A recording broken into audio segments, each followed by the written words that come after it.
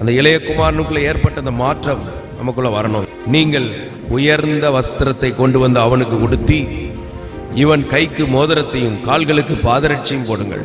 வஸ்திரம், மோதிரம், பாதரட்சை, மாற்றங்கள் வருகிறது. நீங்க தேவாலய பாத்திரம்னா அந்த தேவாலயத்தில் இருக்கணும்.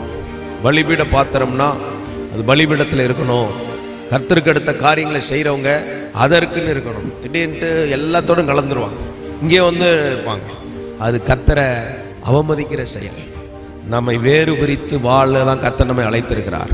அதனால எல்லாரும் அதே போல தான் உங்கள் வீட்டுக்குள்ள அந்த தேவ பிரசன்னத்தை பாதுகாக்கணும்.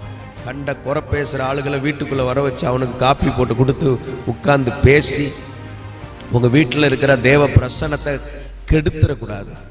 உங்கள் வீட்டுக்குள்ளே யாரும் வந்தால் கர்த்தருக்கு அடுத்த காரியங்களை தான் பேசணும். ஸ்தோத்திரம். அந்நிய ஆவிகள் எல்லாம் வீட்டுக்குள்ளே அடைச்சி போட்டு பேயின் குடியிருப்பாக வீட்டை மாற்றாத. உன் வீட்டை மகிமையின் கூடாரமாக நீ மாற்று. மகிமையின் கூடாரம்னா ஏதோ ஒரு கட்டடம் மாத்திரம் அல்ல. ஒவ்வொரு தேவ பிள்ளைகளும் தேவ மகிமையை சுமக்கிறவர்களாய் மாற வேண்டும். ஒவ்வொரு தேவ பிள்ளைகள் வீட்டில் அந்த மகிமையின் பிரசன்னம், இந்த ஆலயத்தில் எவ்வளோ பிரசன்னத்தை உணர்றோமோ அது எல்லா விசுவாசி வீடுகளிலும் உணரணும். உங்கள் வீடுகளுக்குள்ள அந்த தேவ பிரசன்னம் தான் இருக்கணும். கீழ்ப்படியாமையின் ஆவிகள், பொல்லாத ஆவிகள், இந்த மாதிரி மனுஷங்கள்லாம் வீட்டுக்குள்ளே உட்கார வச்சு வேடிக்கை பேசிக்கிட்டு இருந்தீங்க, உங்கள் வீடு வேடிக்கையாக மாறிடும். உங்கள் தெருவுக்கு அப்படி மாறக்கூடாது. நம்ம வீடு பிரசன்னத்தினால் நிரப்பப்பட்ட வீடாக இருக்கணும். அசுத்தனும் விருத்த சேதனம் இல்லாதவனும் உன்னிடத்தில் வருவதில்லை என்று சொல்லப்பட்டிருக்கிறது. எல்லா வீடுகள் மேலே கர்த்தருடைய காவல் வரும்படியாக ஜெபம் பண்ணுங்க.